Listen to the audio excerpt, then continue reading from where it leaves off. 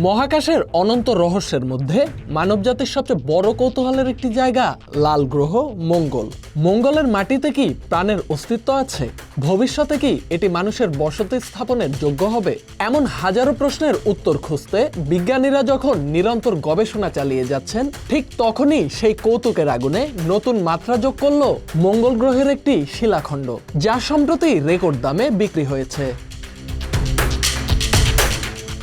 শিলাখণ্ডটির আনুষ্ঠানিক নাম NWA-16788। 25 KG ওজনের এই বিশাল পাথরটি এখন পর্যন্ত পৃথিবীতে পাওয়া মঙ্গল গ্রহের সবচেয়ে বড় টুকরো। বিশেষজ্ঞদের মতে কোনো এক সুদূর অতীতে বিশাল এক গ্রহাণুর আঘাতে মঙ্গল পৃষ্ঠ থেকে ছিটকে গিয়েছিল এই শিলাখণ্ডটি।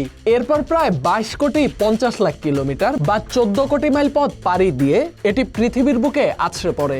2023 সালের নভেম্বর মাসে এক উল্কাপিণ্ড অনুসন্ধানকারী নাইজারের সাহারা মরুভূমিতে খুঁজে পান পাথরখণ্ডটি।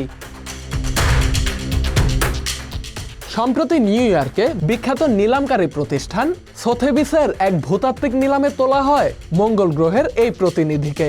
নিলামে এর চূড়ান্ত বিক্রয় মূল্য দাঁড়ায় 5.3 মিলিয়ন মার্কিন ডলার, যা বাংলাদেশি মুদ্রায় প্রায় 64 কোটি 25 লক্ষ টাকা। তবে এত বিপুল অর্থে যিনি মহাজাগতিক এই সম্পদ কিনেছেন তার পরিচয় গোপন রাখা হয়েছে। একই নিলামে একটি ডাইনোসরের কঙ্কাল 30 মিলিয়ন ডলারের বেশি দামে বিক্রি হয়।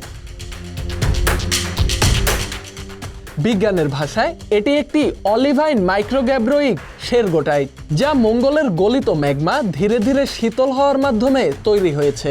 এর ভেতরে পাইরোক্সিন এবং অলিভিনের মতো খনিজ পদার্থ রয়েছে। সবচেয়ে আকর্ষণীয় বিষয় হলো এর বাইরের পৃষ্ঠে গলিত কাচের মতো একটি স্তর রয়েছে। পৃথিবীতে এখনো পর্যন্ত 77,000-এর বেশি উল্কাপিণ্ড পাওয়া গেছে, যার মধ্যে মাত্র 400টি আনুষ্ঠানিকভাবে মঙ্গল গ্রহের বলে স্বীকৃত। অর্থাৎ মোট উল্কাপিণ্ডের মাত্র 0.6% এসেছে মঙ্গল থেকে। NWA-16788 শুধু সেই বিরল সংগ্রহেরই অংশ নয়, পৃথিবীতে মঙ্গল গ্রহ থেকে আসা মোট উপাদানের 7%ই রয়েছে এই একটিমাত্র উল্কাপিণ্ডে। শেষ পর্যন্ত মঙ্গলের এই টুকরোটি নিছক কোনো সংগ্রাহকের সম্পদ নয়, এটি বিজ্ঞানীদের কাছে এক অমূল্য গবেষণার বিষয়। এর গঠন বিশ্লেষণ করে লাল গ্রহের ভূতাত্ত্বিক ইতিহাস, পরিবেশ এবং প্রাণের সম্ভাবনার মতো জটিল রহস্য উন্মোচনের পথে আরও এক ধাপ এগিয়ে যাওয়ার সুযোগ তৈরি হলো। Dhaka express desk report.